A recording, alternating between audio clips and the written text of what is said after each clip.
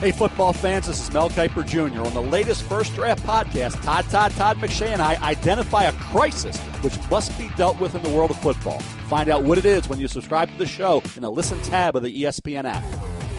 This is the worst of the Dan Le Batard Show with the Stugatz podcast. Greg Cody of the Miami Herald in with us all show today. Dana White going to be on with us. Zoo expert Ron McGill going to be on with us. We've got a good, fun Monday night football game to talk about. I can't remember the last time that primetime football wasn't tie, Jags, Titans, tie.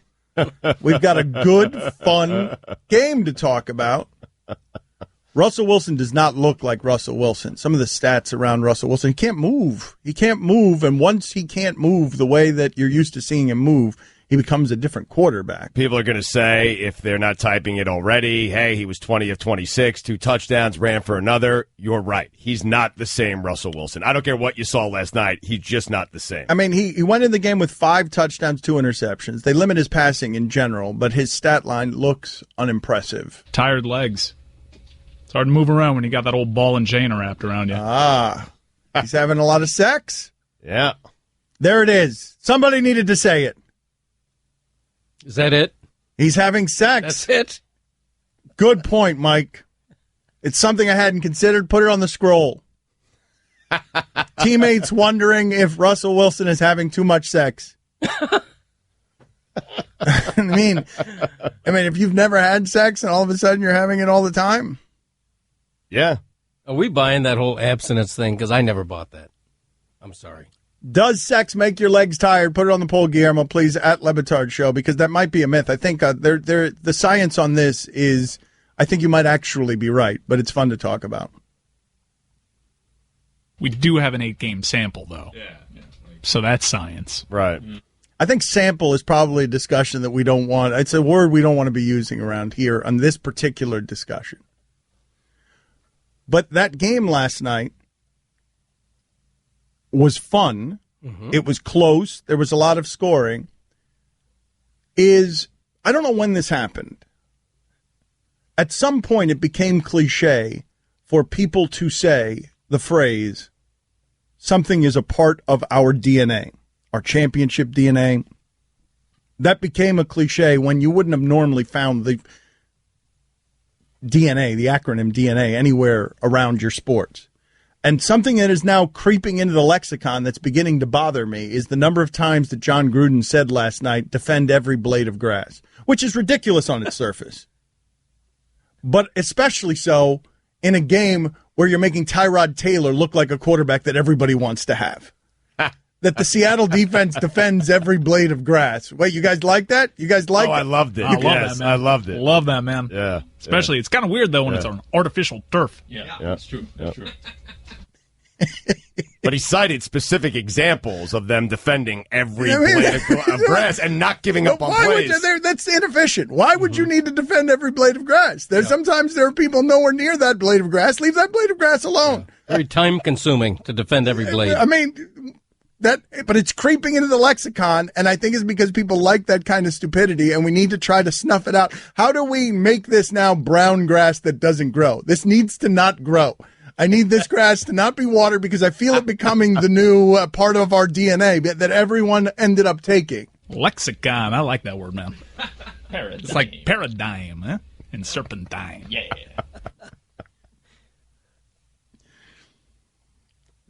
Stugotz, I knew when Gruden said it yesterday. Stu was defend every blade of grass. Well, I mean, he's right. I mean, what do you mean he's right? Well, championship defenses, okay, they defend every blade of grass. They defend the entire field. If a guy is running in for what appears to be a touchdown and you're 20 yards behind him, you chase him down and you try to get him out or tackled before he scores a touchdown.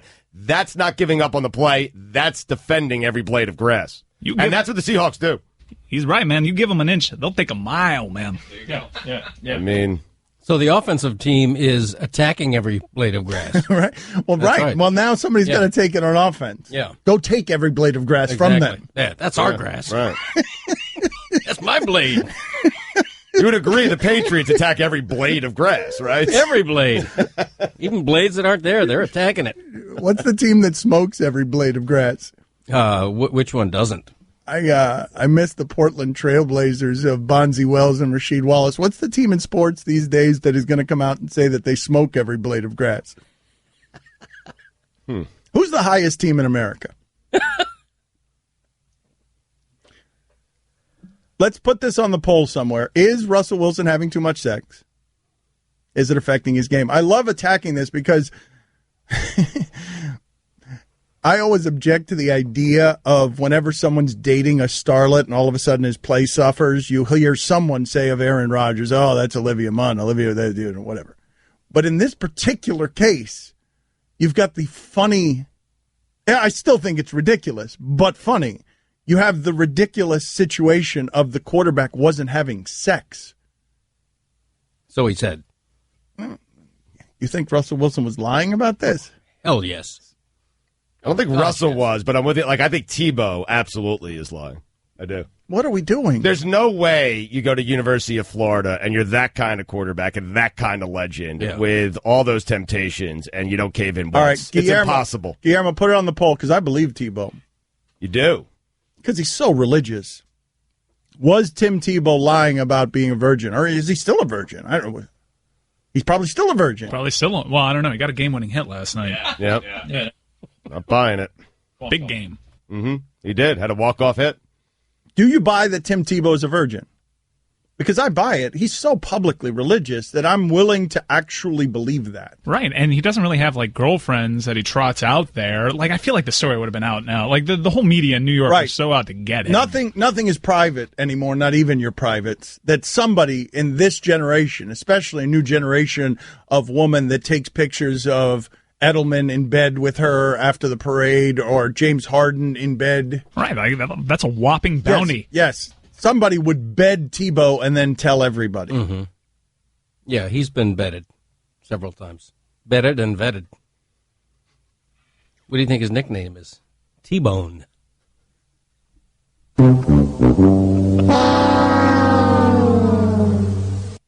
Can I say that on the air? It's a little late to ask that question. Sorry. You felt like that was a good one? Like you had that? I wasn't sure, and it just came out. Wasn't my fault. Watch your phrasing, please. Really? Oh. Not on T-Bone. Ah. Fault? It just came out. It's a lot to keep track of here, man. It's tough. Defending every blade of grass. Do you love that? Okay, put that on the poll too, Guillermo, please. Do you love that? Defending every blade of grass. It's great. It's such a macho mindset. It is. It's just perfect. But it's for football. ridiculous. It's a Grudenism, man. That's what I mean. Yes or no, every team in the league wanted Tyrod Taylor as their quarterback last night because of how he looked against the Seattle defense. That Seattle defense doesn't look like what you're used to that Seattle defense looking like. No, it doesn't. I like that guy, though, Tyrod Taylor. I feel like he's pretty good every single week. Someone's going to win a Super Bowl with Tyrod Taylor. Oof. I'm telling you. Oof. Put that on the poll. Yeah, is someone going to win a Super Bowl with Tyrod Taylor? He just like he was like the Rocketeer of that logic ladder. He looked good last night. That's a good defense. Yeah. Super Bowl. You just saw that. You just saw it, Stugotz. You know those Planet Earth.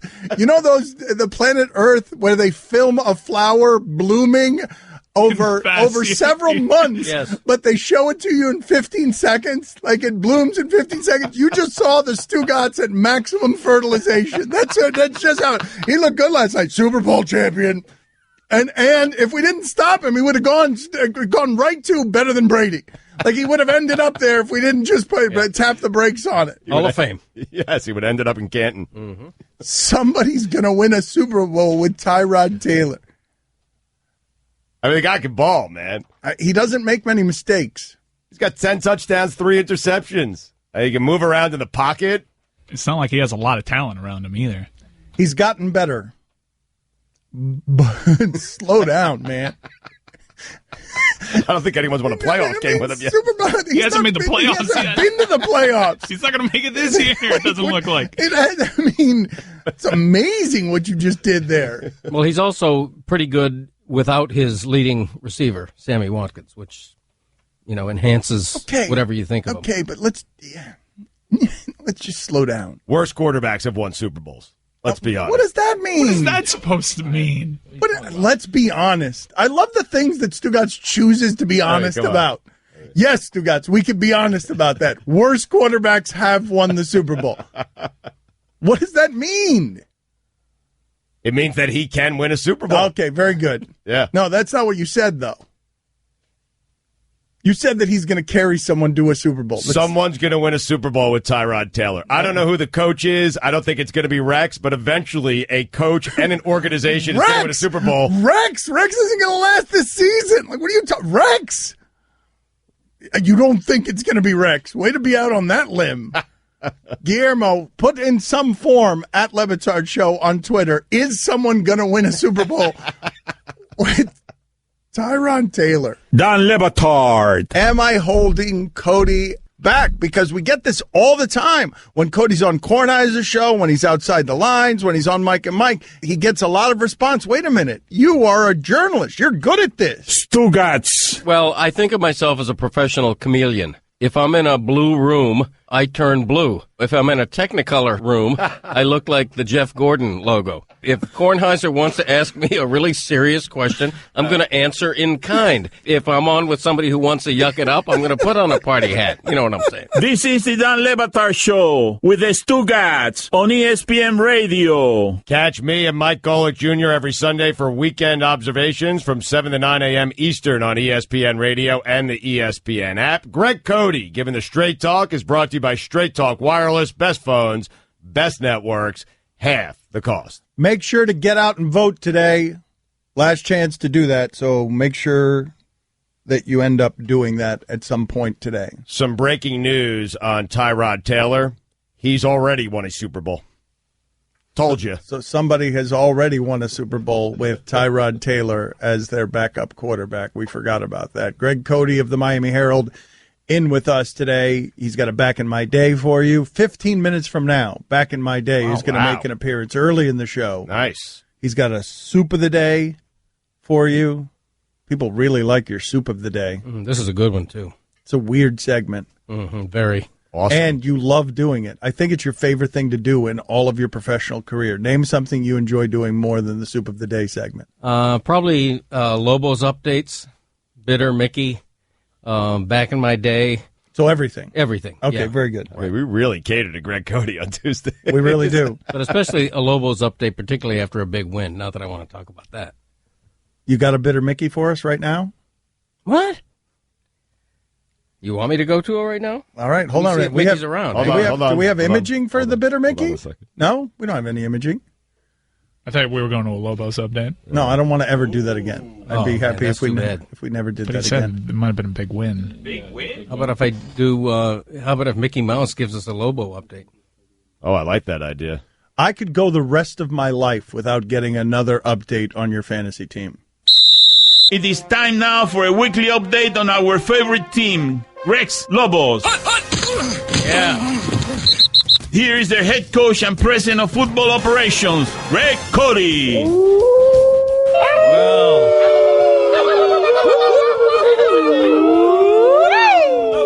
How about those Lobos? I'll tell you one thing.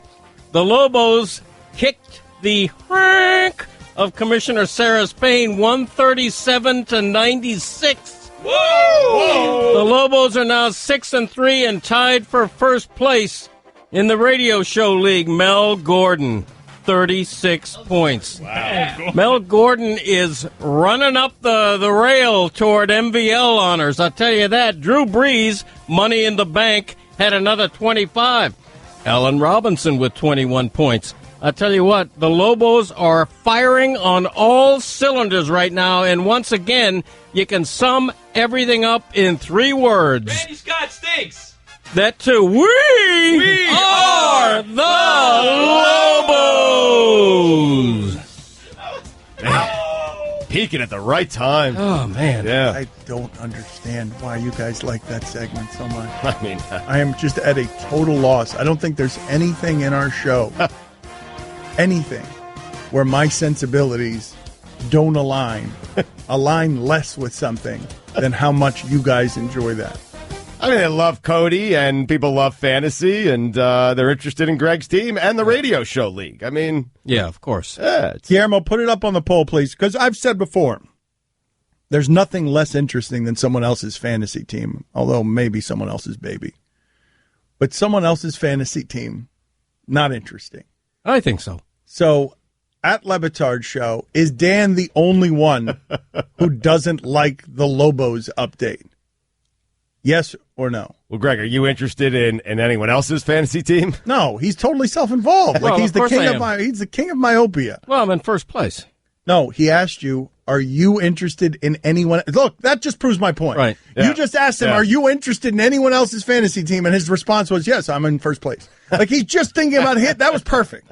Perfect. And by the way, Commissioner Sarah Spain should talking about suspend herself. She should suspend herself because she started a player on a bye week this past weekend. I would have kicked her behind anyway because I won by like 140 points. Right. But starting somebody on a bye week, she should You suspend see herself. what he's doing? We just Yes, asked him, yes. is he interested in anyone else's fantasy team? And he's just continuing to talk about his own fantasy Right. team. Oh, I'll keep going. I tell you what, Mel Gordon Oh, shut up! probably is the Just comeback shut up! player of the year in fantasy sports. God! That is a World Series hangover going on there for Sarah, totally. No right? doubt. Yeah, it is. It is a. I don't know if she should suspend herself. That is pretty bad. Like, Mike, you played an injured guy this week. I think Jeremy Macklin. I beat you. He got injured at the once Okay. again. Sorry. Guys, So that's acceptable. Nobody finds this interesting. Right. I mean, just stop, dear God. It's just the height of self-involvement. The nation is pulling for Greg to win this league. Yeah, it's tough. I tell you what, it's tough to win in this league. When you go 6-3 and you're tied for first place, and by the way, it's like a 5-way tie for first, but the Greg's Lobos do own the tiebreaker. So right now I'm seated first. And Let me ask you this question, Stugatz. Yeah. Last night's actual real football game that was played, Yes. it was not a fantasy. It was actually something that happened in reality. Mm-hmm. There was a bad call or a bad non-call in that game. They botched the end of the first half. The refereeing was abysmal. Dean Blandino came out afterward, got off of Jay Glazer's bus with Jerry Jones, and came out afterward and said that they blew the call. Are we at the point where it is simply impossible to officiate these games well? Now, keep in mind, last night was egregious, but given the microscope on these games, given that we have all of the technology and all of these replays where all of us are getting a better view than the people who are in the middle of 300-pound fast people blurring by to collide with each other, Right. is it possible that you're going to get a week that's controversy-free? No. Impossible. It's an impossible job to do, is it not, Well, Greg? it's certainly an impossible job to do, and the guys who are doing it, this isn't their full-time jobs. That makes it more difficult. No, but even if it were, though, like, I really don't feel like people use that one all the time if it were their full-time jobs. I'm not saying it would ever be perfect, Dan, because it wouldn't be. The game moves too fast. The guys are too big and strong. I'm just saying it would improve it slightly. I don't I'd know. like to think. I don't know that it would. I hear everyone say that, but I'm not sure how that's helping you in the middle of the collisions. Like, you could be more prepared, but I just think all of that stuff is moving too fast, and too many guys are trying to get away with stuff. Right. Too many guys out there are moving too fast, all of them trying for you not to notice the things that they're doing illegally. But what made last night frustrating, I think, Greg, was some of that stuff was just basic. Well, it wasn't guys moving correct. too fast. Last It was night's just not a basic good stuff. example, but Right. I'm just talking in general. penalties are up. There's not as much flow to a game. I think that's one of many, many reasons why NFL TV ratings are down, particularly on the 3 primetime nights.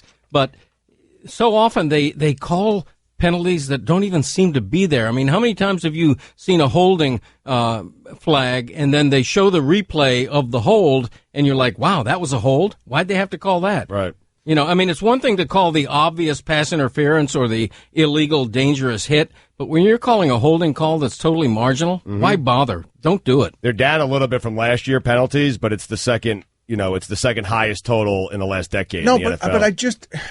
I just feel like what you're watching on Sundays and Mondays, that the refs could call holding on every play. Agreed. What I'm saying is that there's just too much happening out there, and it's happening too fast. And if you're emotional about it and you've got a vested interest in it, you're going to see all the things that are working against your team that the officiating isn't catching. And I just don't know how you do that job in a way that pleases a lot of people, given that even if you do your job 95% of the time well, we're going to keep noticing the 5% of the time that you're not. So your only option is to do it well 100% of the time, which I think is it's an impossibility. It's not an option. Yes. Because of the microscope on this stuff. Yes. And so last night's not a good example, but I really do. It's not a job I would want because I don't think it's a job. People only notice it when you're not doing it well, and there's no way to do it in a way that you're always doing it well. But if the players are getting bigger, stronger, faster, is it too much to ask that the referees get faster? I know, but what I'm saying, I hear that one all the time. Make them full time. You've tried harder at reading. Yes. And how's that worked out for us? I don't. Fair point. I don't think that preparation has anything to do with it. That they could be working 80 hours a week on the job, and those 3 hours are still going too fast. I'm saying they could get younger. So they're not standing over a football with 4 seconds left on the play clock. I'm not saying full-time would ever make it perfect. I'm just saying it would make it better. Naturally, Dan, if you're sitting there and you're thinking about the class you got to teach or the trial that you have, I don't think that's happening during the game. You don't think something suffers when you have more than one job? And you don't think you don't think their mind wanders to their other jobs that perhaps pay them more than being an NFL official? Put that up on the poll, Guillermo. Are referees thinking about their other job while officiating games at Le Batard Show? It shouldn't be that difficult. Wow, that was a bad segment. Dan Le Batard. Devontae, I wanted to congratulate you for the great season you had, and obviously the highlight of that had to be named the MVL, the most valuable Lobo. God. And I'm curious, where were you when you first heard that you'd won, and what did that mean to you exactly? When I heard of what now? Stugatz. Devontae, the name of his fantasy football team is Greg's Lobos. Greg, that's your contribution? Honestly, asking him, I mean... To be honest, I don't know nothing about fantasy. That explains why he didn't attend our... Shut up! This is the Dan Le Batard Show with the Stugatz on ESPN Radio. ESPN Radio is presented by Progressive Insurance. The Dan Le Batard Show is brought to you by Pennzoil Synthetics, taking synthetic motor oil performance to a whole new level. Make the switch to Pennzoil Synthetics today. Guest on the Dan Le Batard Show appear via the Shell Pennzoil Performance Line. Here's your SportsCenter update. Week 9 of the NFL concluded last night. Seahawks over the Bills, 31-25. Russell Wilson, 289 yards, 2 touchdowns, ran for another. Seattle improves to 5-2-1. Bills fall to 4-5.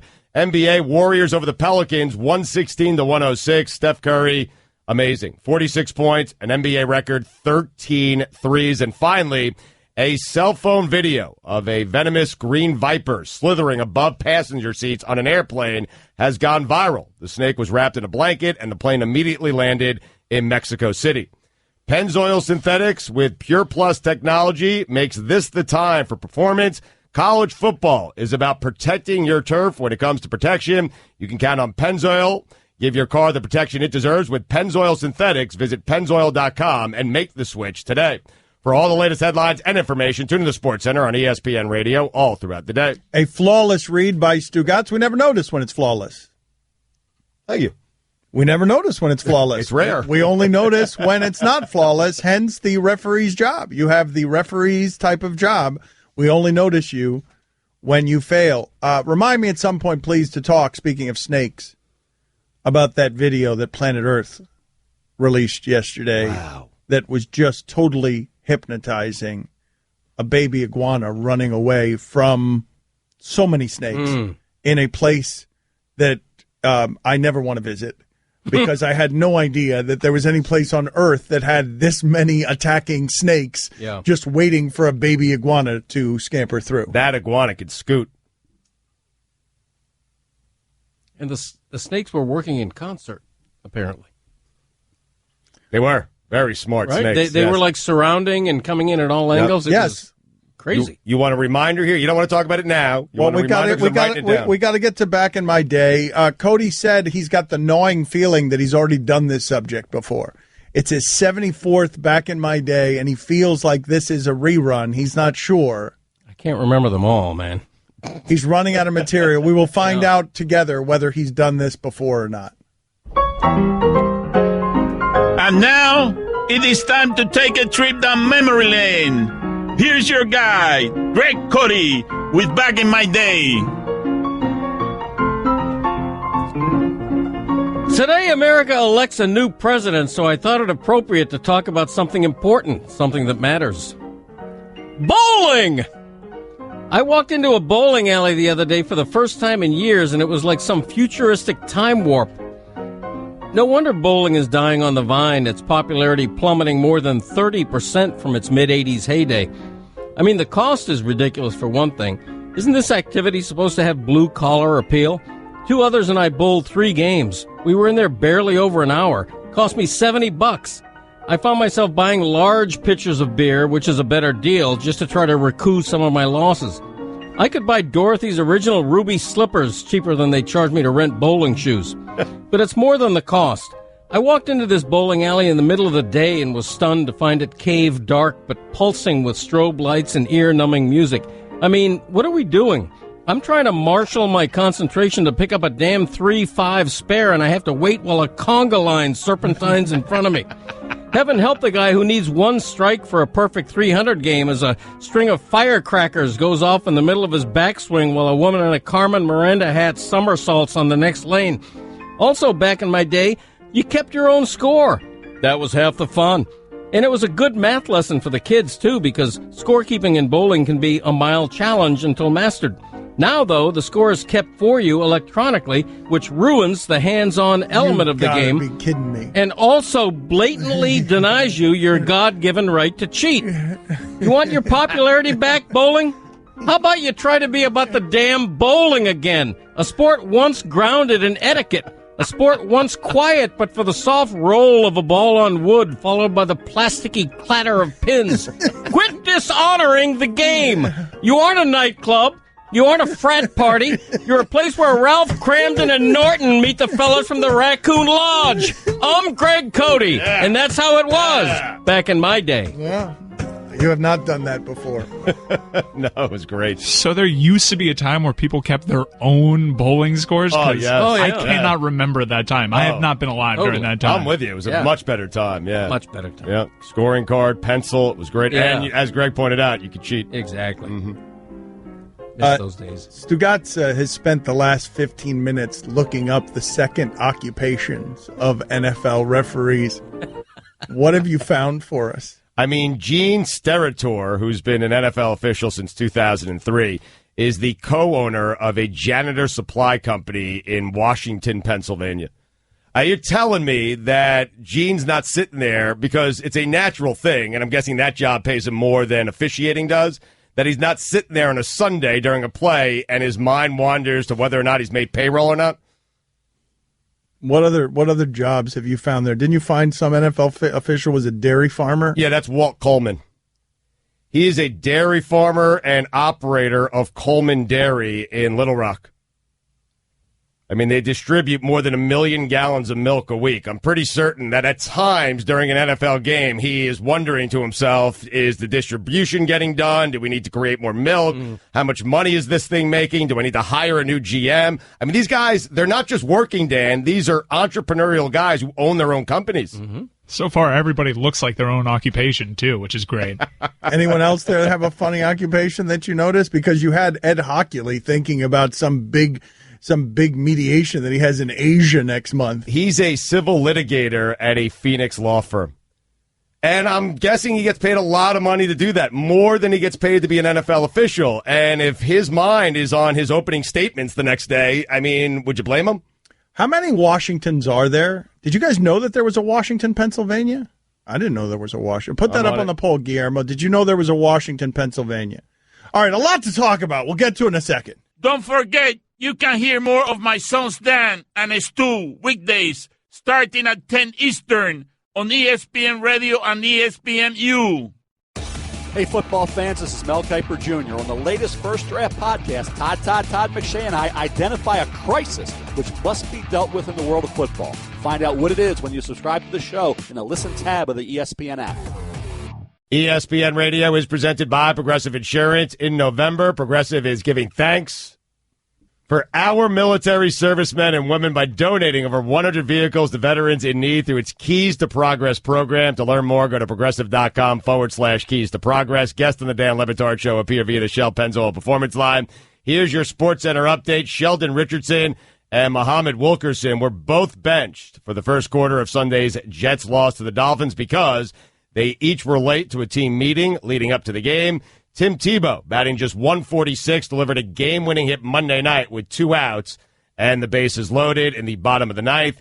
He hit a shift-beating grounder through third base to bring home the winning run for the Scottsdale Scorpions. It was a nubber. Yes. You don't need to shift on Tim Tebow, man. Come on. A nubber. It was an opposite field nubber. Hit's a hit, Dan. It was a miracle. Yep. And finally, a Chinese mall has a nursery where shoppers can drop off their husbands and shop in peace. The nursery has big, comfy chairs, magazines, TVs, a massage chair, and a stocked fridge. That's an amazing idea. For all the latest headlines and information, tune in the Sports Center on ESPN Radio all throughout the day. I mean, that is fantastic because I hate going shopping. And my wife hates when she asks me to go shopping, and I continuously say no. And now I have incentive, if I was living in China. That's right. Incentive in China. To go to the mall with her where she basically lives. It's a second home for my wife. Right, you could sit in the Chinese television room, watch Chinese television. But a massage and TVs and a stocked fridge. I mean, I'd go to the mall more often. It does. It sounds like a good idea. Yeah. It does sound like a good idea. Don't we have that, though? Oh, no, I just experienced this in New York for this wedding where I went. I get stuck in very few situations where I'm holding bags while waiting for shopping. I've done precious little of that in my life. And I was actually wandering around. Hey, man, don't you guys have a recliner around here somewhere? Like, what do you guys do with the men? Where do you guys put the men up in here? Nobody? A bench? Something? I'm just going to wander around here looking goofy and creepy, wandering around the fitting room? Here's the key to that next time, Dan, because I'm an expert with stuff like this, okay? Plus I'm married, plus I do this often. You have to go to a mall that has a sharper image or a furniture store, like an Easy Gallery or something like that. I go to the sharper image, and I sit in the massage chair, and I pretend I ask all the relevant questions that you would ask the salesperson. Yeah, you're pretending that you're. Yeah, you guys have a lava lamp. You guys, yeah.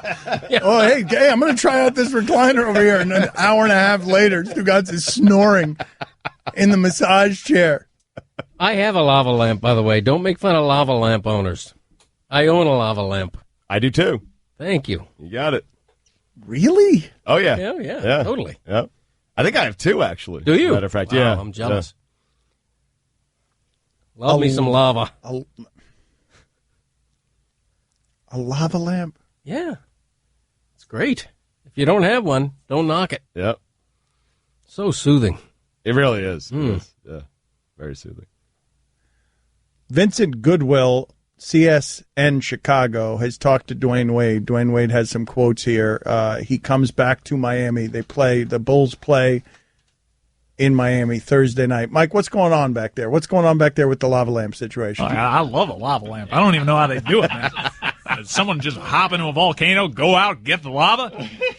Beautiful to look at. Sometimes they got the neon pink lava. Wait a minute. Your Gruden became Mel Kiper there. Sometimes they have the emerging mix. Yeah, the emerging mix. Very underrated. Sometimes they get the neon pink lava. They go down and get that lava. I love it, man. Yeah, man. Wait a minute. I feel like now you can do a conversation between Gruden and Mel Kiper. Sometimes you have the glow-in-the-dark lava. You get the black light. Sometimes you get the green lava. Love the green lava. Does a lot. It could really pull together a room. What happened to you? Were you surprised that Mel Kiper elbowed his way into just a Gruden? entranced by a lava. Love that lava, man. I don't like anything. I love everything. That's what I do. Love that, man. You don't like anything. I don't like anything. You go right. No, I go right to love. My whole life.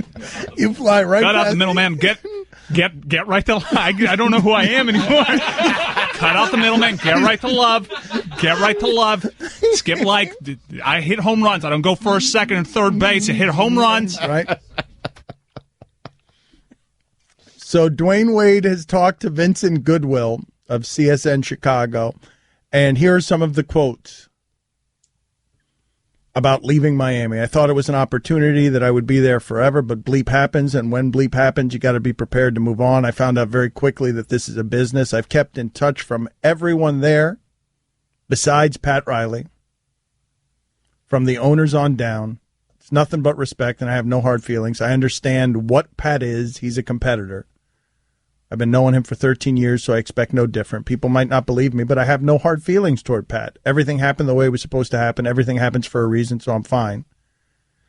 And so he was asked if he felt a certain way about where he fit on the Heat's pecking order, and he said, definitely. The biggest thing, it's all about the way you communicate. I understand this business just as good as anybody, but it's a way, someone like me, a way you communicate what you're trying to do and how you're going to do it and what it looks like for me. That's it. When you get respect, that's what you get back. I've given nothing but respect. I feel like a lot of things in this world and this league are mishandled from the notion of communication. That's it. At the end of the day, I talked to those guys and I told them it's free agency. I understand you all have a job to do, and I have a job to do as well. I let it be known I was going to be a free agent, and I wasn't waiting by the phone for them to call me.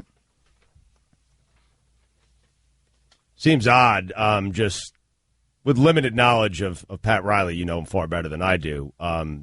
Communication. He seems, for a team president, a guy running an organization, my guess is there isn't a better communicator anywhere. That seems like something he would be very good at. Oh, but you seem to have a problem in this breakup from all the guys feeling like there was a lack of communication. It's not just Dwayne, it's Chris Bosh, and it's also LeBron James. Yep. Right. It's not, that's three people doing it and saying it in one way or another.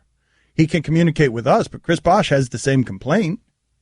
Chris Bosh is saying, I found out about my season being over with the Miami Heat through the media. Sure. And I think what gets lost here, Pat Riley is an excellent communicator, but what he's better at is being cold-blooded, mercenary, assassin businessman. Mm-hmm. And when he's used up his use for you, that's the end. Right, for the most part. I mean, with the exception of maybe Magic and Zoe, but you're right. Man, this what these three are doing and what they're suggesting and saying is this all, the big three came crashing down and crumbled apart because of Pat Riley. They have a problem. Look, man, it's a bad breakup. And it's because there are no such thing as good breakups. Not really. But I'll say this, in Pat's defense, Dan, I don't care how Pat communicated to LeBron James. I think LeBron James was going back to Cleveland regardless. I mean, Pat could have done everything correctly, and I think his mind was made up maybe a year, maybe longer in advance that once he was done his 4 years in Miami, he was going back to the Cavaliers. Don't you think that the whole LeBron experience sort of molded what we have now with Wade? I don't think Pat's overseeing ghosts. I think he was scarred by that LeBron thing. He thought he couldn't read LeBron in the room not paying attention to him. For sure. I agree that LeBron was going to go back to Cleveland no matter what, and you can't blame Riley in any way for Chris Bosh having a medical calamity. In some ways, losing Dwayne Wade, the way they lost Dwayne Wade, was the most surprising of the three, and maybe the one that's on Riley the most. Pat let it be known publicly that he was crafting this email, made it seem like he was putting a lot of thought into that. And I think Dwayne was asked directly, has that email come in? He said no. It seemed as though immediately after Wade left, there was this public, at least, regret, even though their actions didn't really follow the regret they were projecting.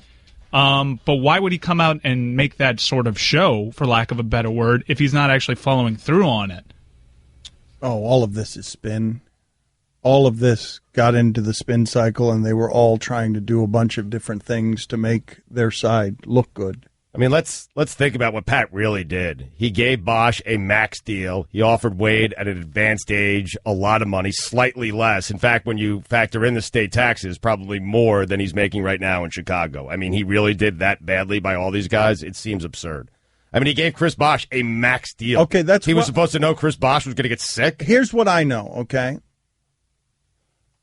These three guys are totally united in this feeling. And these three guys are totally united, period.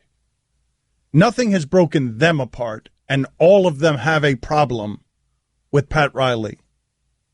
That's what's so. You can go ahead and dissect that however you want, right. But they don't seem to have a problem with each other, and Dwayne, it cost him $10 million that LeBron James ended up more than $10 million. He doesn't have a problem. For some reason, these three guys are totally united, and I can see where that would be threatening at all points to Pat Riley once LeBron leaves, because even after LeBron left, it seemed like those three guys were always united. And part of the, correct me if I'm wrong, part of the unifying factor is Pat Riley. The idea that they have in common an ill feeling in some way about Pat Riley and about the way it ended. It's just fascinating to me how easy it is for everyone to get along when your interests are aligned. And then it becomes Westbrook and Durant, and you see how divisive it could become. You better be solid friends. And I think these three guys are. I think what's happened here is their interests are no longer aligned, and it's a testament to their friendship that they still are aligned, even at, in some cases, a cost of millions of dollars. That friendship is real and has endured all. And now that friendship aligns in being anti-Pat Riley. And Pat Riley sided with his business. But there's no disputing that those three guys are friends. You could sit here and have the argument, if you like, about who's right and whether Pat Riley did right by them. But what seems clear is that the three of them think Pat Riley did wrong by them. That seems obvious. That seems not even up for dispute. That it's what they feel. It's their reality. Whether it is reality or not, it's absolutely their reality. Because when Chris Bosh was being held out of the playoffs and stuff, Dwayne Wade was in the Chris Bosh camp of mistrusting management while that was happening last year. But what did he do wrong by LeBron James? What? Name the thing. I mean, LeBron left and then it all crumbled. Okay, but Stugotz. But what did he do wrong by LeBron? Stugotz, that's for LeBron to say. I mean, we don't know, but LeBron. Well, I'm telling you, he did nothing wrong by LeBron James. Okay, thank you. With no information, you're telling me. Okay, fine. No, that LeBron was leaving. Okay. I mean, what did he do wrong? Well, he hadn't won a championship until he came down here, and Pat put the pieces around him. Granted, it was those three getting together that... If we asked LeBron James, when they weren't talking at Dwayne's wedding... Right. When Pat Riley and LeBron were not communicating at Dwayne Wade's wedding, has Riley done anything wrong by you? Do you think his answer is what your answer is right there? Do you think he answers that question that way? No, of course not. Most of the baggage between LeBron and Pat just seems like petty stuff that happened after LeBron made his decision to leave. In fact, all of their problems, the big three's problems with Pat, seem to be as a result of the guy just left, and they didn't feel that was fair. The moment their interests stopped being aligned, everything about what was a love and a unity collapsed. They were only friends as long as the interests were aligned. The moment that LeBron wanted his own stuff... Right.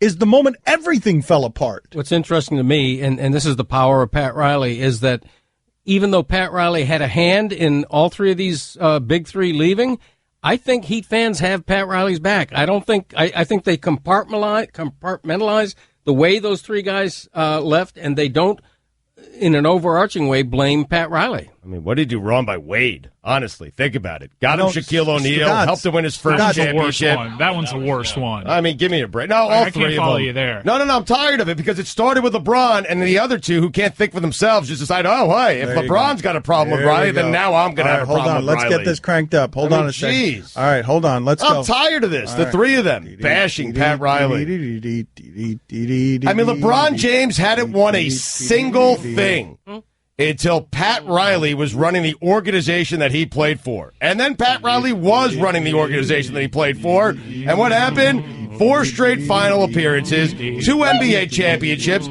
should have been a 3rd NBA championship, but LeBron was terrified to post up J.J. Barea in that first season. Hey, what did he do to Wade? Do you not know how a Jack-in-the-Box works? Don Batard. The first thing with pea soup is the texture. I've had watery pea soup. It's awful. I've had gelatinous, thick pea soup. It's terrible. Pea soup, much like clam chowder, needs to have that consistency first. Pea soup on its own can be a little bit bland. It wants a fairly aggressive peppering and salting. Stugotz. Pea soup needs a fine dice of ham. Not bacon, not any other meat, not turkey. It needs a fine dice of ham. Pea soup scorches easily. You don't want to heat it on a high heat. You want to heat it on medium-low. And the key to pea soup, you want a ham bone for the stock you make to boil your peas. This is the Don Batard Show with the Stugotz on ESPN Radio. Get in touch with the show anytime through the 1-800-Flowers Twitter feed at Lebitard Show, at Stugotz790, at Greg Cody.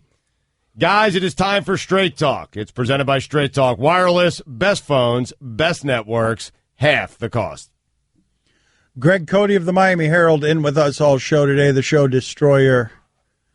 He's got a new soup of the day for you in a second, but I want to revisit for a second what just happened in the last segment. Stugatz gets so deep into character. He's like Daniel Day-Lewis in My Left Foot. He's a method actor. He gets so deep into character that he has no idea what's going on around him. He did not know what we were doing. I was rolling. He was just hot taking. So there are a number of different things happening. The people who have loved our show for a long time love that segment because of its incompetence and its nonsense.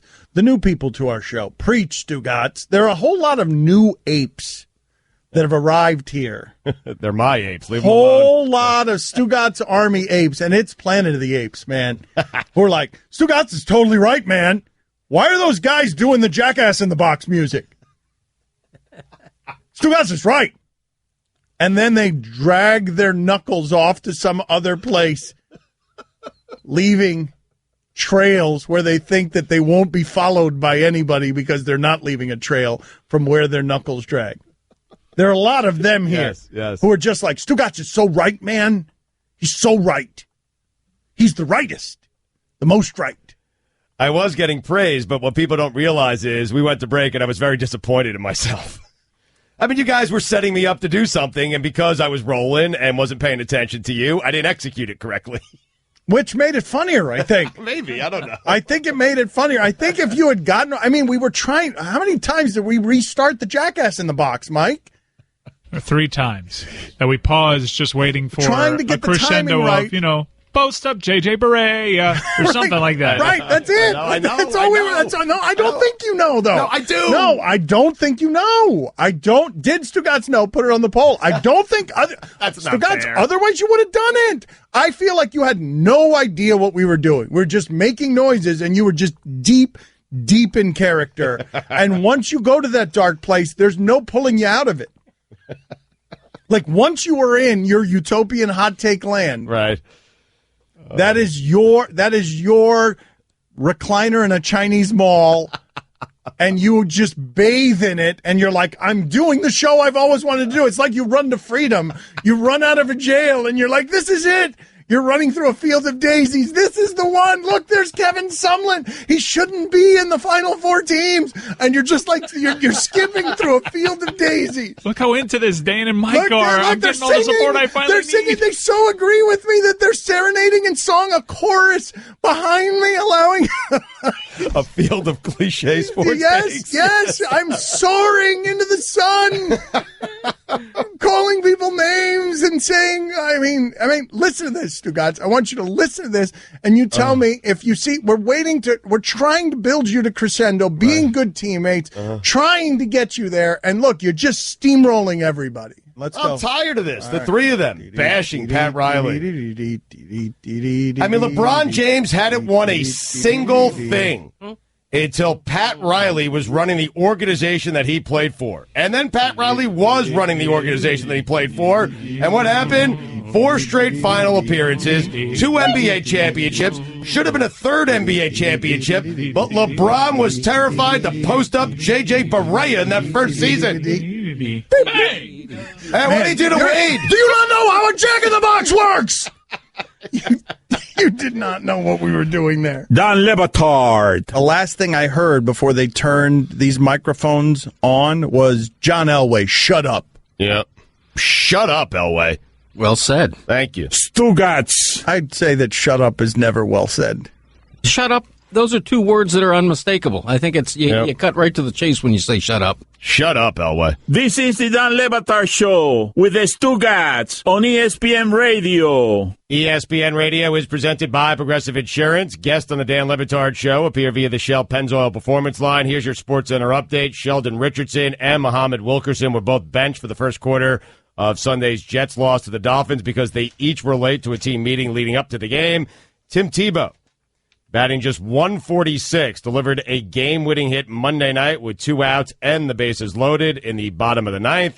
He hit a shift-beating grounder through third base to bring home the winning run for the Scottsdale Scorpions. And finally, according to a study, women use the F word more than men.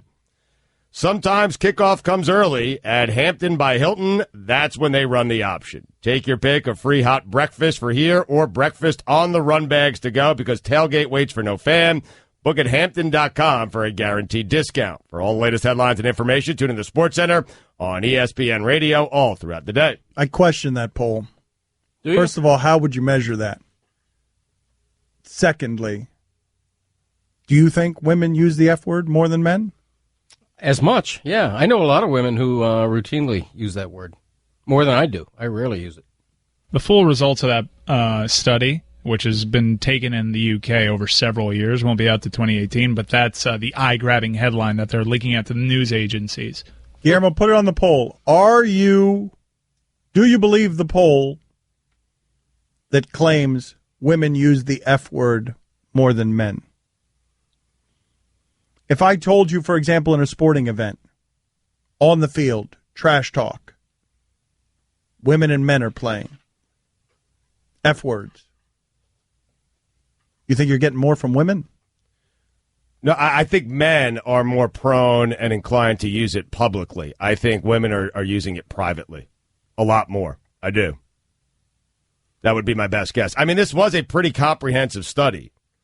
376 people analyzed recordings of up to 3 hours of their daily conversation, half of which have been transcribed so far. I mean, it's pretty comprehensive. I think men are more apt to use the F word angrily as an expletive with meant to have an exclamation point at the end of it, whereas I think women tend to use the word more conversationally, more casually.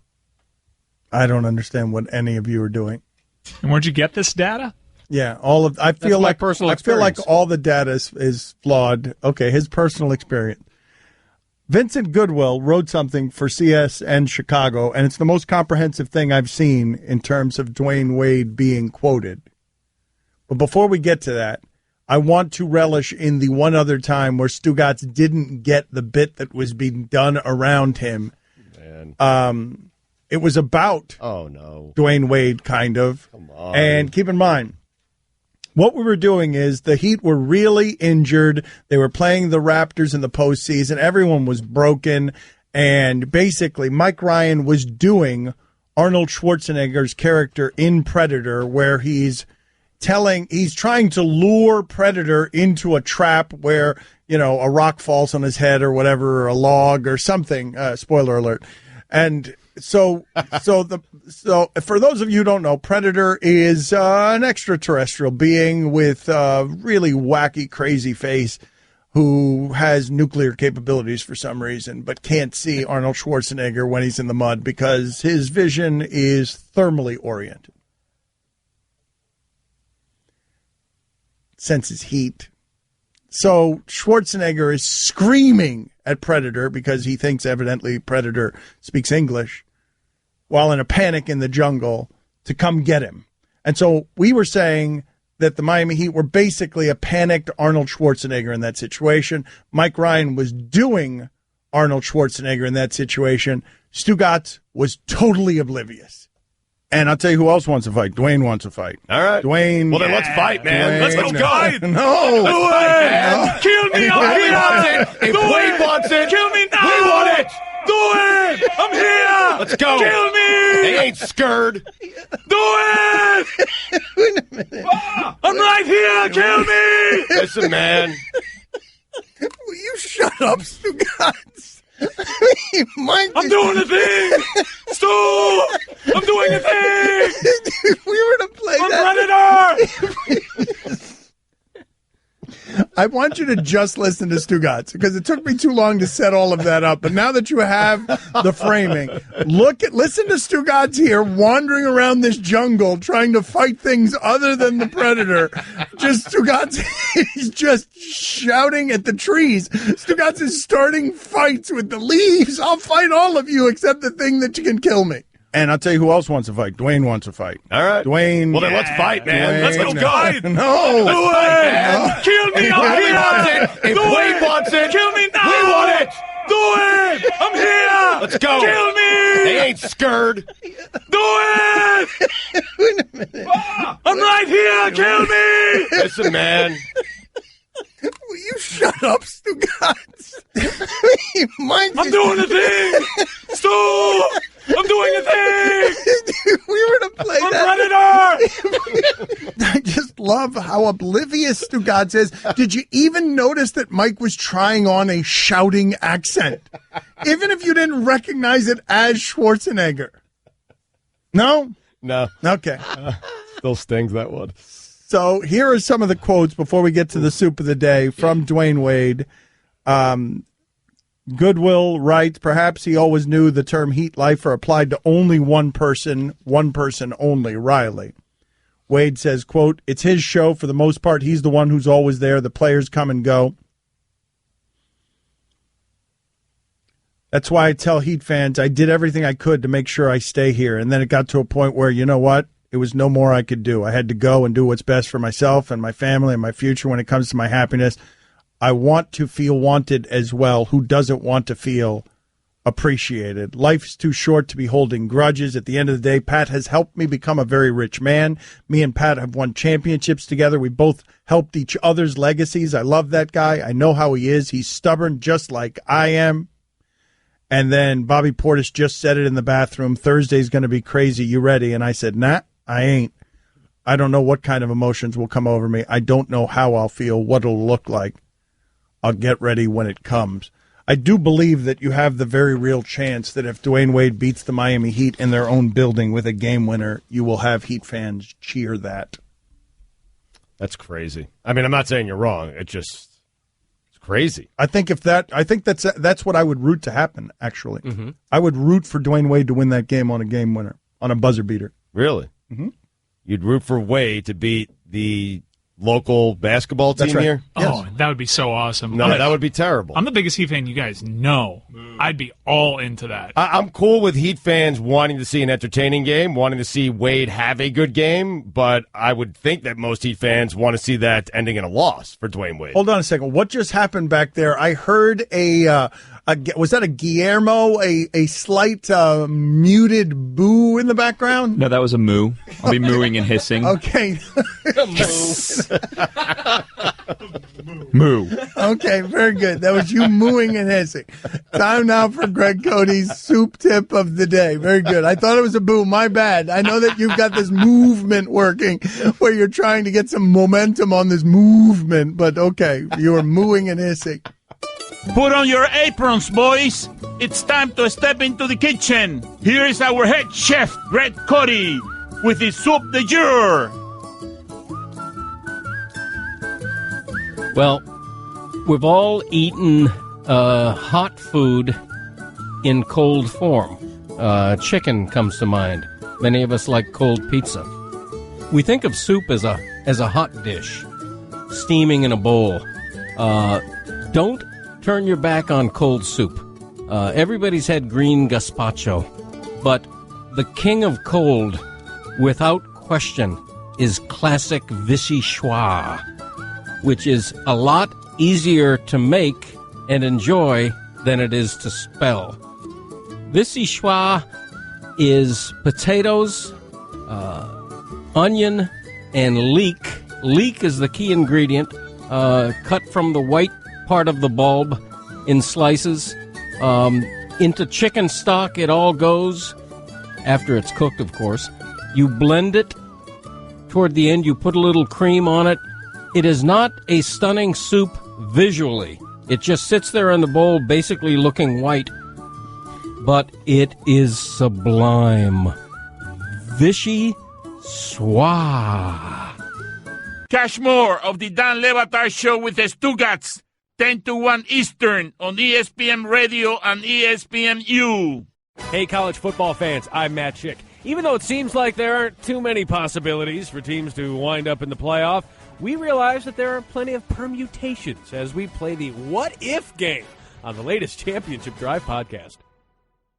Straight from Zoo Miami, it is Ron McGill. Scott, you're on with Ron McGill of Zoo Miami. Go ahead, Scott. Ron, the story about a snake attacking a human through a toilet is terrifying. What can we do to stop this travesty? Always check first before you start going. Okay, excellent advice. Here is Ron McGill, Stugotz, and Dan Le Batard on ESPN Radio. ESPN Radio is presented by Progressive Insurance. Ron McGill will join us in just a minute here on the Shell Pennzoil Performance Line. I'll take your phone calls at 786-456-4837. Here's your SportsCenter update. Cowboys owner Jerry Jones talking about his quarterback situation tells 105.3 The Fan in Dallas. We're going to play it by ear. Bob Arum says he doesn't have any inside information, but said, I give it 75% that Manny Pacquiao and Floyd Mayweather will meet for a sequel of their May 2015 bout that generated a record $600 million in total revenue. And finally, Stranger Things has added Sean Astin and Paul Reisner to its cast for Season 2. Teams are clawing for a spot in the playoffs, so don't settle for your living room. Head to Buffalo Wild Wings, where they do it for you with wall-to-wall TVs and a new menu that includes new, juicy, handcrafted burgers, Buffalo Wild Wings, wings, beer, sports. For all the latest headlines and information, tune in the Sports Center on ESPN Radio all throughout the day. If you're new to the show, one of the things we do every hour at the end of the hour is try to trick Greg Cody into forgetting that the clock has a hard network out. We have been successful twice today. No, you didn't know either time, Greg. You did not know either time that the clock was coming up. But I only missed one. Right. Well, no, some people are claiming that we actually caught you the first hour. Well, we definitely caught him. Whether it sounded that way on the air or not, I don't know. But Cody continues to be oblivious, and that's what we do at the end of the hour for those of you who are complaining that the segment cuts out early. At Batard Show is where you can reach us on Twitter. Ron McGill joins us now for the most popular segment we do every week. The telephone number is 786-456-4837. Can you tell me about this video we've been talking about from Planet Earth 2 of this baby iguana running away from a bunch of snakes? Where on earth are there that many snakes? Why are there that many snakes around the baby iguanas? What was happening there? Dan, first of all, there are snakes almost everywhere except for like Antarctica, some of the islands. But generally speaking, I'm thinking that might be Australia. These snakes have adapted to the fact that when the iguanas are hatching out or young iguanas are going to bask in the sand for sun, that is a place where they can get their food. It's all a matter of adaptation. And, if the iguanas can stay perfectly still, sometimes the snakes don't detect them. But once you have any movement, those snakes are keyed on movement, and they'll come out of every nook and cranny noticing that movement. It's the first one to catch the iguana gets the spiel. But fortunately for that iguana, he got away. But isn't that fantastic? It's no actors, man. It's just a real life thing. It's not a setup. It's not staged. That's just nature. It doesn't get more entertaining than that. It's fantastic.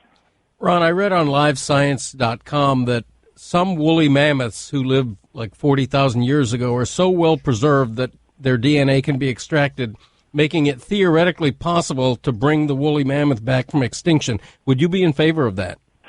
There's two sides of me on that, Greg. There's a side of me that just out of pure fascination and curiosity, God, I would love to see that. And then there's a scientific side of me that says, you know what, there's a reason why they became extinct. It had nothing to do with humans. It was a natural process.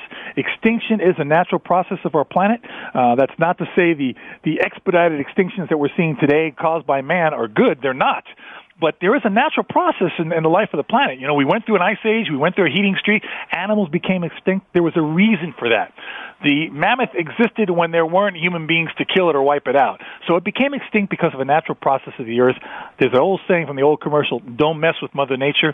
So for that reason, I wouldn't want to bring it back. But, God, there is this profound curiosity in me that would love to see what it looks like walking around. Lorenzo, on ESPNU, don't show us anymore. Just put up that video of that iguana running away from the snakes. Run it on an endless loop throughout this segment. Don't show us anymore. Just keep showing that video, please, of the baby iguana getting away. We'll get to your calls in a second here. Ron, I came across a story here. Two-headed sharks are appearing at alarming rates. How does that happen? What's going on here?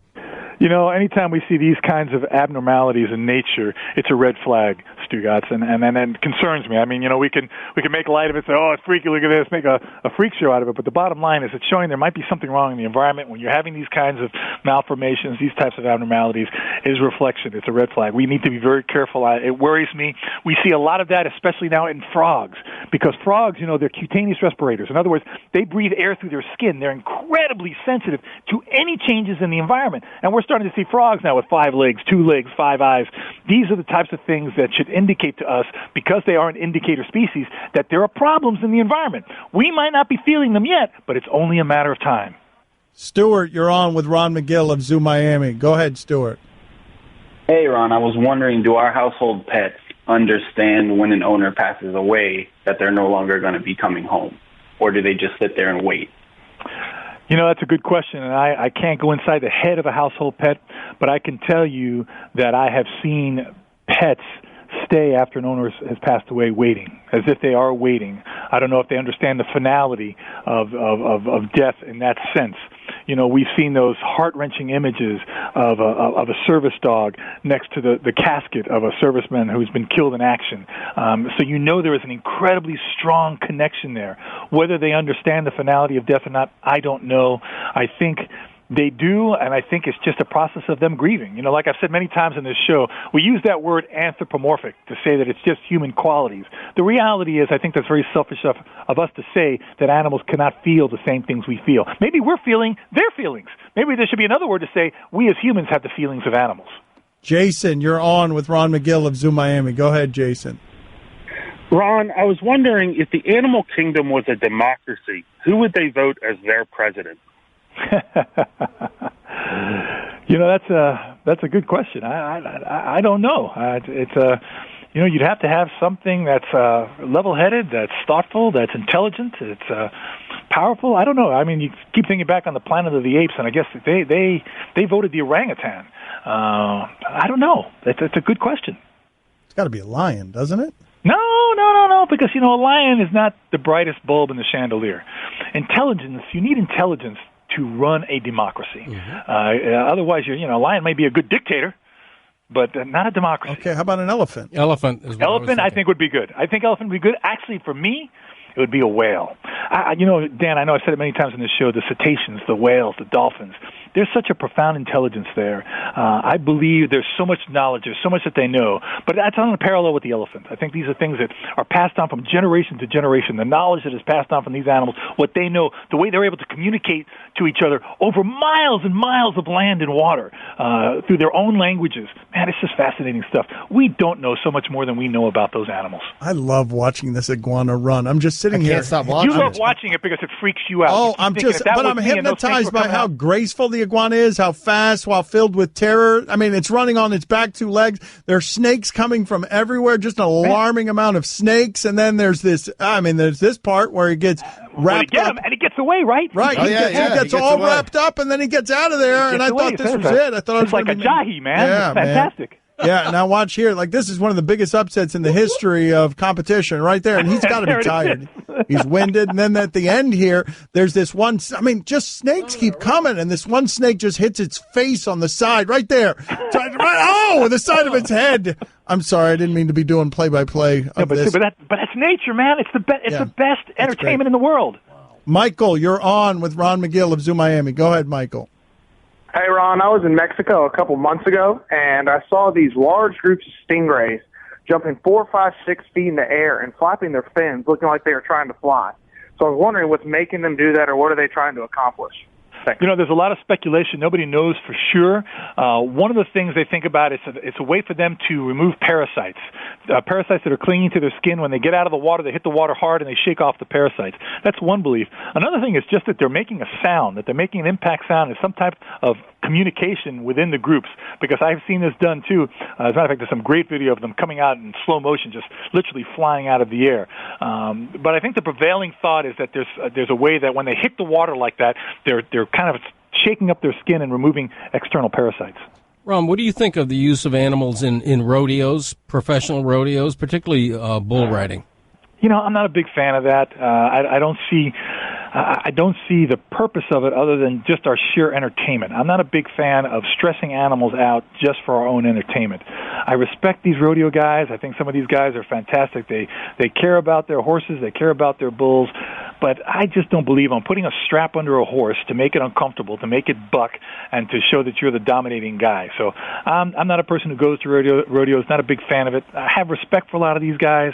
But again, there's no purpose to it other than to agitate an animal for our own entertainment. Josiah, you're on with McGill. Go ahead. Ron, I need your help settling a debate that has resurfaced. Who are the better athletes, especially when it comes to basketball and football? Squirrels or rats? Squirrels. Man, squirrels. I got to tell you something. If you've ever watched squirrels leap from tree to tree, if you ever watch how fast when they're crossing the road, they see your car, they turn around like a split second, and the way they cut, man, they make the fastest cuts in the world. Rats cannot go as quickly. Now, rats are smarter. I think a rat is a smarter animal. So if you're talking about smartness, intelligence, then I'd go with the rat. But if you're talking about speed, agility, just the ability to move around quickly, you got to go with the squirrel, man. Malcolm, you're on with McGill. Go ahead. Hey, good morning. Yeah, my black lab, he's about 3 years old. He starts trembling violently, eyes rolling back, foaming at the mouth. First thought he was choking. I did some compressions. He came out of it. Happened again a couple of weeks later. I've heard they're susceptible to seizures. Is that what's happening to my dog? Yeah, it seems like a seizure. I'd go to your vet. There's a disease called Addison's disease that is found often in dogs. That is it's almost like an epilepsy. And they have medication for it, and they can treat your dog, but it definitely sounds like a seizure, so I would get to the vet. Man, go to the vet. What are you doing? Waiting for McGill's Tuesday hit while your dog is having seizures so you can call in? Get to the vet, man. Let me check with Ron to see if I should take the doing? dog to the vet. The last Wednesday, the dog started having seizures, and he's like, let me wait till noon next Tuesday, clean the foam out of its mouth. Seizures are not an uncommon thing in dogs. And like I said, there's a disease called Addison's disease that is like a form of almost an epilepsy in dogs. And there is medications that can control that, and you need to do that because the dog could die from the seizure. Not necessarily the seizure itself, but swallowing its tongue or something like that. Ron, we'll talk to you next week. Thank you, sir. Thanks, guys. Have a good one. Bye-bye. Don Le Batard. I mean, it makes sense, though, right? More oxygen helps you live longer. I just invested in an oxygen bar in Las Vegas. Why? Because it's a good investment. Why's that joke? That joke. It wasn't a joke. Stugats. It's in the Bellagio. Chunk Eater. Right across from Chanel. Chunk Eater. Look it up. Chunk Eater. It says Greg's Lobo's oxygen bar. Chunk Eater.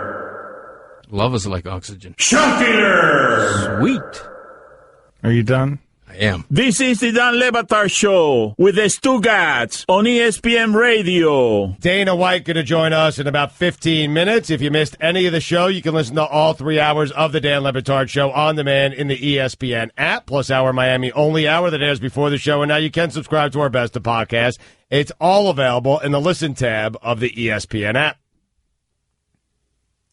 The Grim Reaper is in here. The Grim Reaper gets fined $2 if the Grim Reaper falls out of character during this segment. I believe it's happened every time except once. I do think this is visually great, the idea of a Grim Reaper being in here but being clumsy, being insecure, and occasionally getting yelled at and fleeing the room in disgrace. The Grim Reaper holds the bucket of death. The bucket of death has awful things inside of it. Greg Cody will select one of them in a moment. A texter writes in, Dan, you so oversold that iguana clip. I just saw it, bruh. Not impressed. He's that guy. That guy's just trying to bother me. One of the most impressive things I've ever seen. That guy's just trying to... There's nobody who watches that video and isn't awed by the footage of that video.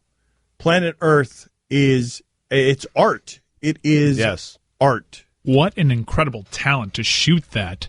I mean, because that doesn't really happen often, right? Well, no. What I'm guessing is there's plenty of footage that they have, and it's why I want to talk to some of these photographers who did Planet Earth 2, where it ends in the horrible death of a baby iguana.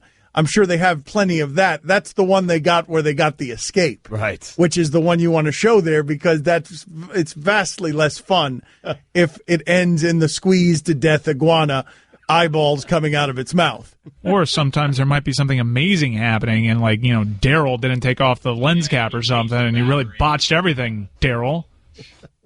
I want to talk to one of these photographers. I remember I was obsessed with this show when it first came out. We talked to a couple of the photographers. The way they get this footage is just crazy. The thing that made me, the birds of paradise were the thing that made me amazed the last time. It's for me was the most memorable thing from the last one. Yeah, it was fantastic. That's that video, and you should Google it, Birds of Paradise. It's because I'm not really into that stuff the way you are. You love Shark Week. You love all this stuff. That is one of the most fascinating things. What that bird does and what it can turn into is one of the most fascinating things I've ever seen. In order to lure a female, would you agree, Cody, that it's the best thing in the history of television, or would you nominate something else as the best thing in the history of television? I'm not really an aficionado of that show, so I can't comment. All right, that's good. The first no comment in the history of the show. Guillermo, put it on the poll, please, at Le Batard Show. Is Planet Earth the greatest thing in the history of television? Let's update the polls here. The Reaper seems a little bit restless. Yeah. What's happening here? Why is the Reaper forgot? Keep telling her, move to outside of the camera's view. Stop blocking the camera. The Reaper. All right, let's just get this out of the way for the Reaper, because the Reaper doesn't want to be in here anymore. I mean, hold on a second. I mean, yes. Moving it away from me. I mean, what are you doing? All right, Greg Cody is reaching into the bucket right now. Go ahead, Cody. The first helmet is about to be selected. Noisily. 4 bye weeks here, Greg. 4 bye weeks. I know. I need one. Texans. The Texans are on the road at the Jags. I want to trade that.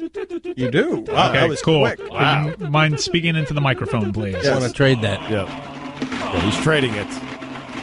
Wow, Wait a second. Put that Texans helmet back in the bucket, you cheater. That's double jeopardy. Yeah, put it back in. Put it back in. That's not You fair. always got to put it back in. No, it's doing the Reaper's job for it. I think you were going down this path. I'm with Dan on this. I would have kept the Texans helmet. I mean, I think the Jags might win that game, but he would have been Dallas Stars. Oh, no! How does that Oh, no. Oh, no. 2 people have had the Dallas Stars, Amin and Mike Golick Jr. 3 people have had. Oh, and they've all lost Yeah, the Roy Dallas had it. Stars. The Yeah. Dallas Stars. So you're stuck with the Dallas I Stars. got to pick a hockey team? No, that's it. The Dallas Stars are That playing. is your hockey team. They play this evening. They're playing the Winnipeg Jets. Last time they played Winnipeg, yes, and they lost 4-1. Amin had to eat it when they played Winnipeg. So it's tonight's game? That's right. Yes. Yeah, Tonight's game. their next game. All right, get out of here, Reaper. That's crazy. You and your bucket, get out of here. Ridiculous. You smell delightful, Reaper, by the way. That perfume you have on doesn't smell anything like death. Let's talk this out a little bit. If someone gets the swap helmet and he's safe because the Dallas Stars have won, can you take his already win? Man, I'm so tired of your made-up rules. I don't know what the rules are. So even if the Dallas Stars win, you are not safe. No. Whatever. I'm so tired of all of it. Go ahead and update the polls, please. Dana White is going to join us in about 10 minutes. At Batard Show on Twitter, do you think people at a bar mitzvah or bat mitzvah want pigs in a blanket? 48% of the audience says yes, which means 52% said no. Would you be surprised to arrive at a bar or bat mitzvah and see pigs in a blanket? 68% of the audience said yes. Does Mike Ryan have it hard? 67% of the audience said no. Would you rather be liked by everyone who doesn't know you and disliked by the people who do, or vice versa? That's a good question. It's such a great question. 94% of the people who voted said they would rather be liked by the people who know you and disliked by the people who don't know you. Stugatz and Cody are in the 6%. Stugatz and Cody want to be liked by everyone and disliked by the people in their inner circle. It's weird. Does sex make your legs tired? 63% of the audience said yes. Is Russell Wilson having sex affecting his play? 66% of the audience said yes. Do you love that? Why isn't this part of the analysis on SportsCenter? Do we love what? I don't remember. Okay, the poll very question good. is, do you love that? All right, can we have someone start keeping track of this, please? Go ahead. Do you love that? 64% of the audience said yes. Is someone going to win a Super Bowl with Tyrod Taylor? 69% of the audience said no, and they're wrong because he already won a Super Bowl with the Baltimore Ravens. Nice. Yep. Is Dan the only one who doesn't like Greg's Lobos update? 69% of the audience said yes. Nice. Are referees thinking about their other job while officiating games? 57% of the audience said yes. What are you sticking your arms out? I was right. The victory. Yes, thank you. Victory. Did you know there is a Washington, Pennsylvania? 65% of the audience said no. Did you know that there's a Washington in every state? 73% of the audience said no. Did Stugatz know? 71% of the audience said no. You didn't know. I didn't. Do you believe the study that claims women use the F word more than men? 52% of the audience says no. I mean, I have early results on planet Earth if you would like them. No, we'll come back to that. Okay. Dana White next. Dan Le Batard. I'm surrounded by people. I can't feel any more alone. Stugotz gets names wrong that he's reading directly from. That was a totally useless correction you were making there. It's Brzezinski. I didn't need his name. Stugotz. Is that any kin to Bob Brzezinski? It's not Brzezinski! You were too busy fiddling around with your prosthetic nose. Excuse me. To listen to what he was reading incorrectly. Pound sand. This is the Dan Le Batard Show with the Stugotz on ESPN Radio. ESPN Radio is presented by Progressive Insurance. Dana White going to join us in just a second here on the Shell Pennzoil Performance Line. Here's your SportsCenter update. Clemson quarterback Deshaun Watson, a junior, is headed to the NFL, according to his head coach, Dabo Swinney. Bob Arum says that he doesn't have any inside information, but said, I give it 75% that Manny Pacquiao and Floyd Mayweather will meet for a sequel of their May 2015 bout that generated a record $600 million in total revenue. And finally, a man dressed as Ursula from The Little Mermaid tackled a man suspected of stealing bags from a Halloween party at Oscar's Cafe in Palm Springs. There is a photo, and it's pretty great. This Sports Center is brought to you by J.C. Penney. Hurry in and save up to 40% off all major appliances like an LG washer dryer set for $445 each, plus free delivery and basic installation on all appliance purchases over $299. That's getting your pennies worth. J.C. Penney. For all the latest headlines and information, tune to the Sports Center on ESPN Radio all throughout the day. Always enjoy talking to this guy, especially like it when it gets contentious. Dana White with us. Alvarez McGregor, UFC 205 is live this Saturday. Pay-per-view, Madison Square Garden. Thank you, Dana, as always, for making time for us. I read that you said that Ronda Rousey, by far not even close, is the biggest UFC star ever over McGregor. How do you quantify that? Because pay-per-view buys, McGregor does better. How are you quantifying that? How do you know that he does better on pay-per-view? They did one event did 1.5 million. What are you, an expert on pay-per-view now? Well, 194 Aldo McGregor 1.2 million buys. 196 McGregor Diaz 1.6 million. Diaz McGregor 2 1.65 million. Rousey's never done over 1.1 million. Yeah, if you look at Rousey versus McGregor, listen, McGregor's a massive star. But Ronda is global. We went into Brazil and sold out the arena down there with her and killed it on pay-per-view. Normally, when you do pay-per-view out of the country, you lose 25-30% on pay-per-view. We did her in Australia.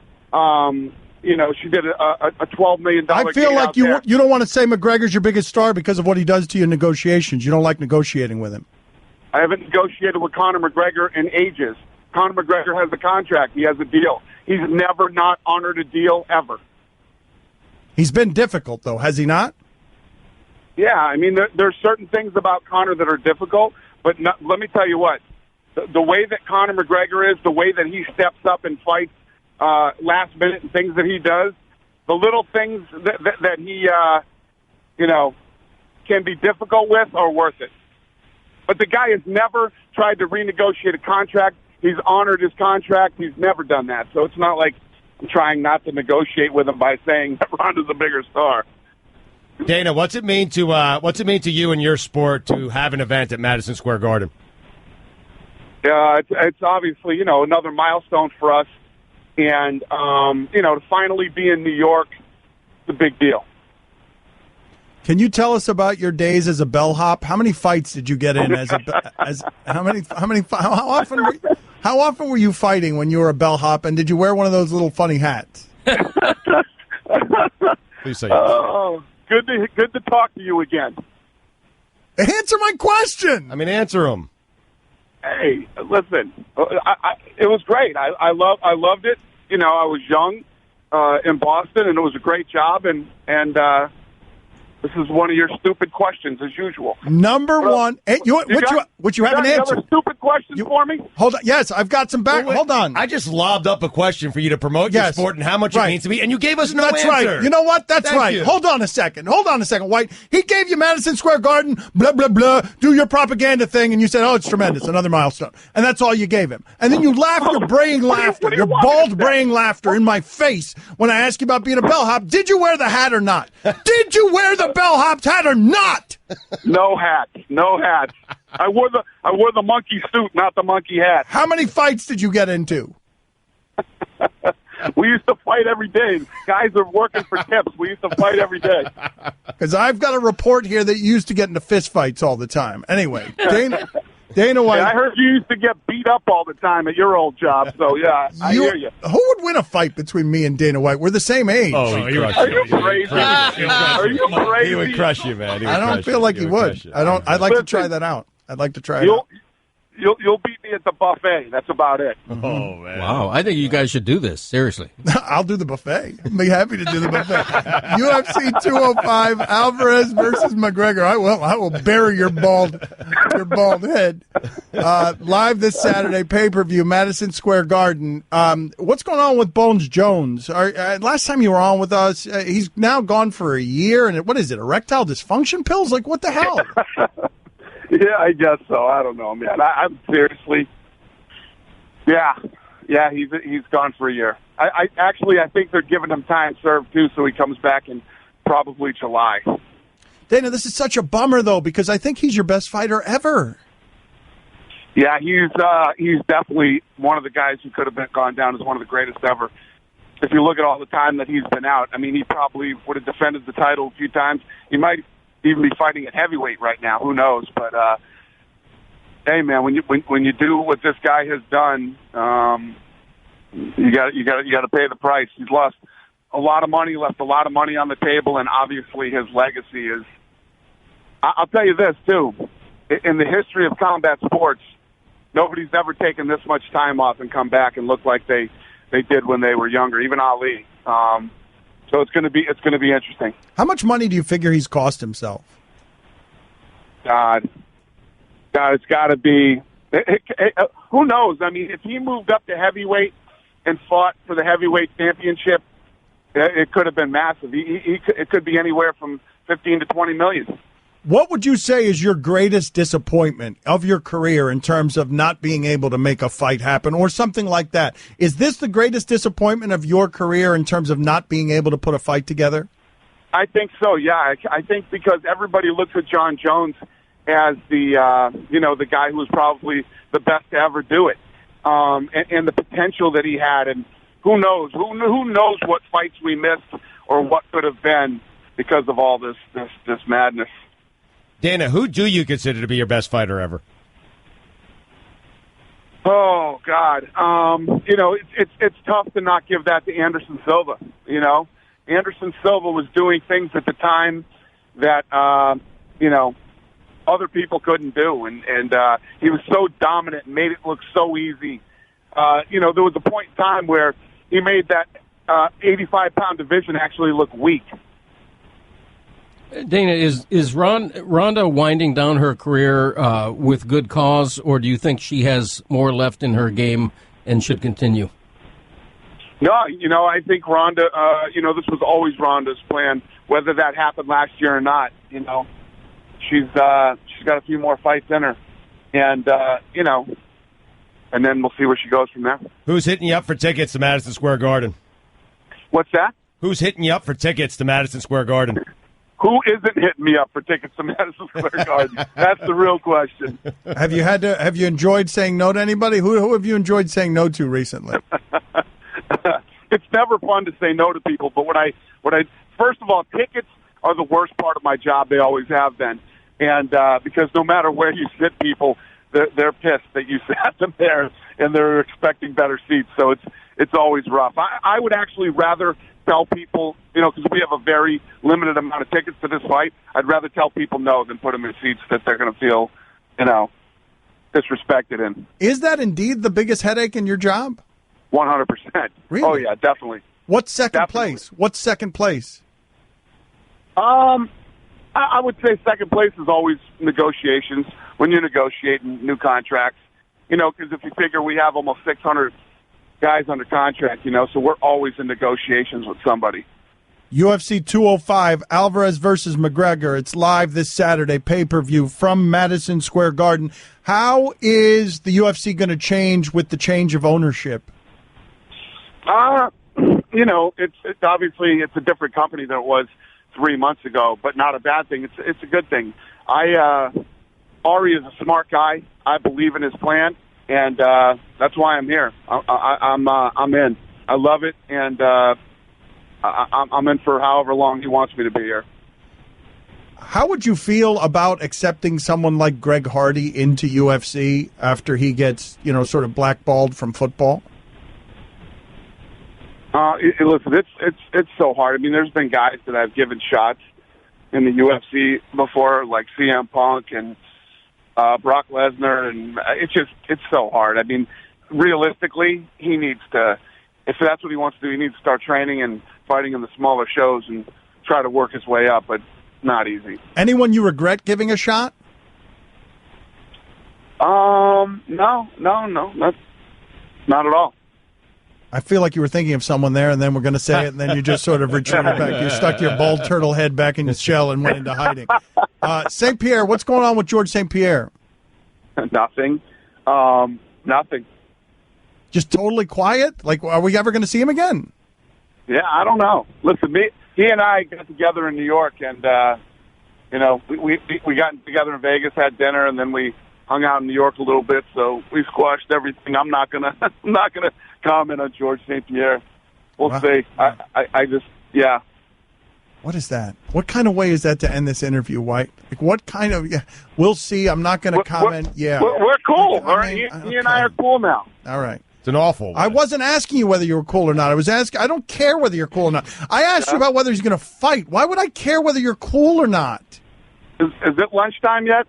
Oh, get out of here. Is it time for your lunch? UFC 205, Alvarez versus McGregor. Bar. You're not yourself. All right. Get your bald head out of here. You can listen to the Dan Le Batard Show with the Stugats 10 to 1 Eastern on ESPN Radio, and you can watch on ESPNU. Red Hot USC heads to Seattle to face 5th-ranked Washington. 72 yards, the big play strike. Coverage begins Saturday at 7 Eastern on ESPN Radio and the ESPN app.